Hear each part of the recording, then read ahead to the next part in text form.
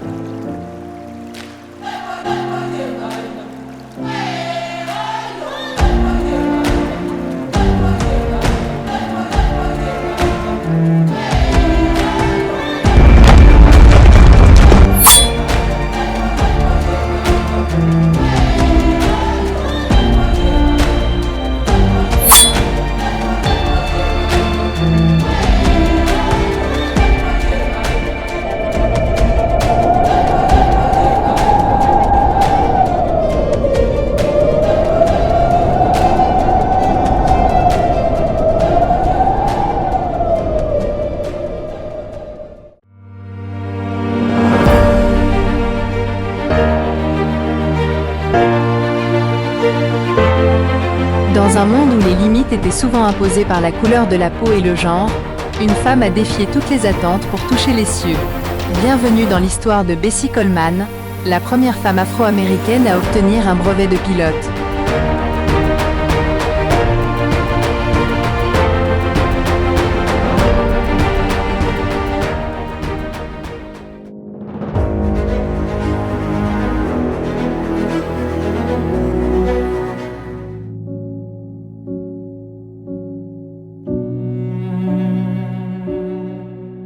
Bessie Coleman est née le 26 janvier 1892 à Atlanta. Issue d'une famille d'ascendance afro-américaine et amérindienne, elle fait face à de nombreux défis dès son enfance. Sa mère, déterminée à lui offrir un avenir meilleur, l'encourage à poursuivre ses rêves. Après avoir déménagé à Chicago, Bessie s'illustre dans ses études, mais ses aspirations dépassent le cadre traditionnel.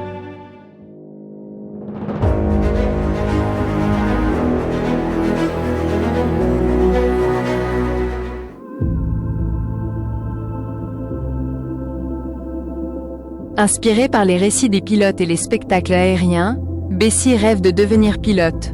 Cependant, à une époque où les femmes, surtout les femmes noires, étaient systématiquement écartées de l'aviation, elle rencontre des obstacles. Refusée par les écoles de pilotage aux États-Unis, elle décide de prendre les choses en main.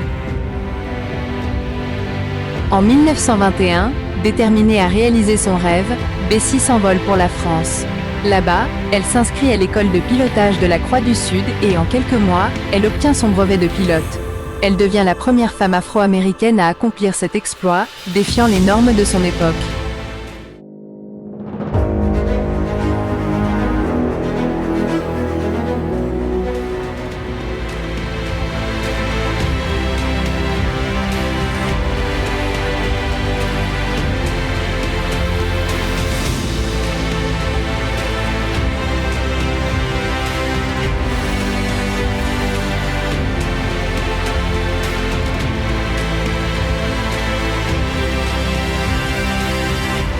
De retour aux États-Unis, Bessie sait qu'elle ne peut pas se contenter de voler.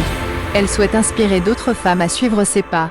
En 1922, elle commence à participer à des spectacles aériens où elle réalise des manœuvres audacieuses, captivant le public avec son talent. Son slogan « Je ne suis pas là pour être une curiosité, mais pour montrer que les femmes peuvent voler » résonne avec force.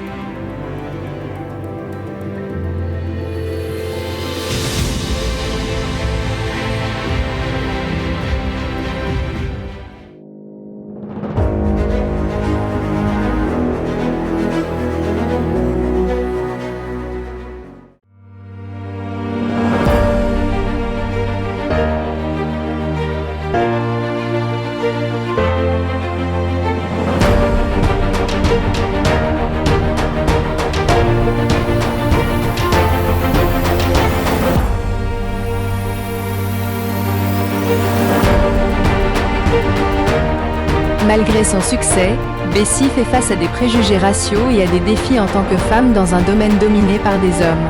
Elle utilise sa notoriété pour militer en faveur de la diversité dans l'aviation, insistant sur l'importance de donner des chances aux pilotes afro-américains.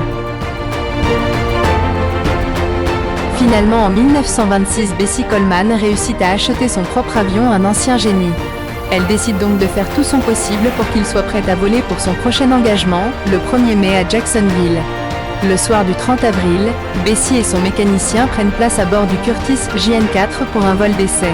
Une fois en l'air, l'appareil montre des signes de dysfonctionnement et le mécanicien qui pilote en perd le contrôle. Bessie tombe du cockpit ouvert. La mort l'attend plusieurs centaines de mètres plus bas. Le monde pleure Bessie Coleman. Son corps est emmené à Chicago où auront lieu ses funérailles. On estime à 10 000 le nombre de personnes passées devant son cercueil lui rendre un dernier hommage. Des milliers d'autres sont venus assister à l'enterrement de Bessie Lafranchi, fauchée en plein vol à 34 ans. Mais son héritage perdure. Elle est devenue une source d'inspiration pour des générations de pilotes et de femmes, prouvant que la passion et la détermination peuvent briser n'importe quelle barrière. Bessie Coleman a ouvert la voie pour que les femmes de toute origine puissent réaliser leurs rêves, en montrant que le ciel n'est pas la limite, mais le début d'une nouvelle aventure. Son nom est honoré dans des écoles, des bourses d'études et des événements aériens à travers le monde.